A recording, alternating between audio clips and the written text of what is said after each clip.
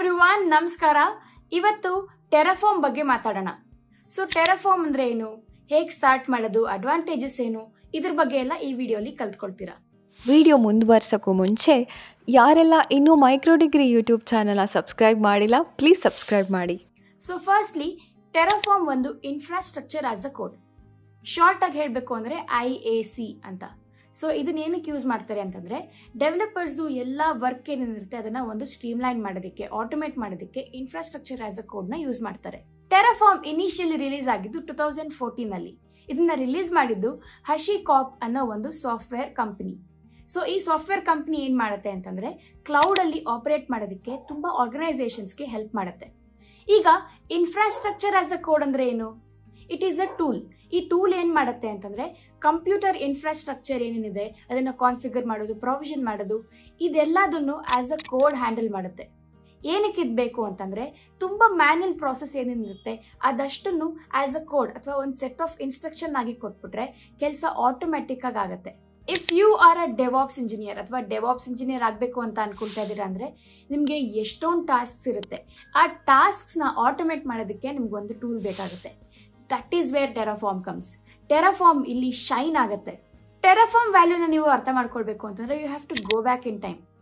ಮುಂಚೆ ಎಲ್ಲ ಹೇಗಿತ್ತು ಅಂದರೆ, ಕ್ಲೌಡ್ ಪ್ಲಾಟ್ಫಾರ್ಮ್ಸ್ ಬರೋದಕ್ಕೂ ಮುಂಚೆ ಹೇಗಿತ್ತು, ನೆಟ್ವರ್ಕ್ ಕಾನ್ಫಿಗರ್ ಮಾಡಬೇಕು ಅಂತಂದರೆ ನೀವು ಆ ಕಂಪನಿದು ಲೋಕಲ್ ಸರ್ವರ್ಗೆ ಹೋಗಿ ನೀವು ಅಲ್ಲಿ ಹೋಗಿ ಕಾನ್ಫಿಗರ್ ಮಾಡಬೇಕಿತ್ತು.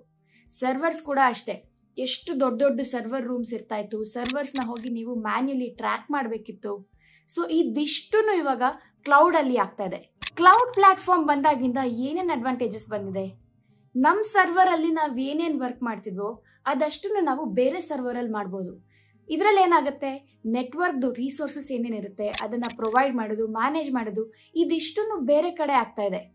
ಇದರಿಂದ ಡಿಪ್ಲಾಯ್ಮೆಂಟ್ ಪ್ರೋಸೆಸ್ ತುಂಬ ಈಸಿ ಆಗೋಗಿದೆ, ಒಂದು ಸ್ಟ್ರೀಮ್ ಲೈನ್ ಆಗಿದೆ.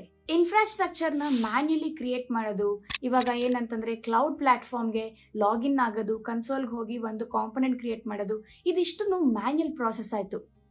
ಇಲ್ಲೇ ಟೆರಾಫಾರ್ಮ್ ಬರ್ತಾ ಇರೋದು. ಸೊ ಈ ಕಾಂಪೊನೆಂಟ್ಸ್ನ ಕ್ರಿಯೇಟ್ ಮಾಡೋದಾಗಿರಲಿ ಅದೆಲ್ಲದನ್ನು ಆಟೋಮೇಟ್ ಮಾಡ್ಬೋದು ಯೂಸಿಂಗ್ ಟೆರಾಫಾರ್ಮ್. ಸೊ ನಿಮ್ಮ ಇನ್ಫ್ರಾಸ್ಟ್ರಕ್ಚರಲ್ಲಿ ಅಥವಾ ನಿಮ್ಮ ಕಾಂಪೊನೆಂಟ್ಸಲ್ಲಿ ಏನೇ ಚೇಂಜಸ್ ಬೇಕು, ಏನೇ ಅಪ್ಡೇಷನ್ ಬೇಕು ಅಂತಂದರೆ, you can just go to Terraform code, apply the changes and it's done. ಅಷ್ಟು ಈಸಿ ಆಗಿದೆ. ಈ ಆಟೋಮೇಟೆಡ್ ಪ್ರಾಸೆಸ್ಸಿಂದ ತುಂಬ ವರ್ಕ್ ಸ್ಟ್ರೀಮ್ ಲೈನ್ ಆಗಿದೆ. ತುಂಬ ಡೆವಲಪರ್ಸ್ಗೆ, ತುಂಬ ಡೆವಾಪ್ಸ್ ಇಂಜಿನಿಯರ್ಸ್ಗೆ ಇದು ಹೆಲ್ಪ್ ಆಗಿದೆ. ಇವಾಗ್ಲೂ ನಿಮಗೆ ಟೆರಾಫಾರ್ಮ್ ಕಲ್ತ್ಕೊಳ್ಬೇಕು ಅಂತ ಮೋಟಿವೇಟ್ ಆಗಿಲ್ಲ ಅಂತಂದರೆ ಇನ್ನೊಂದು ವಿಷಯ ಹೇಳ್ತೀನಿ. Terraform engineers or Terraform developers ಎಷ್ಟು ಅರ್ನ್ ಮಾಡ್ತಿದ್ದಾರೆ ಗೊತ್ತಾ? Over the years of experience on an average 25 lakhs to 35 lakhs per annum earn ಮಾಡ್ತಿದ್ದಾರೆ.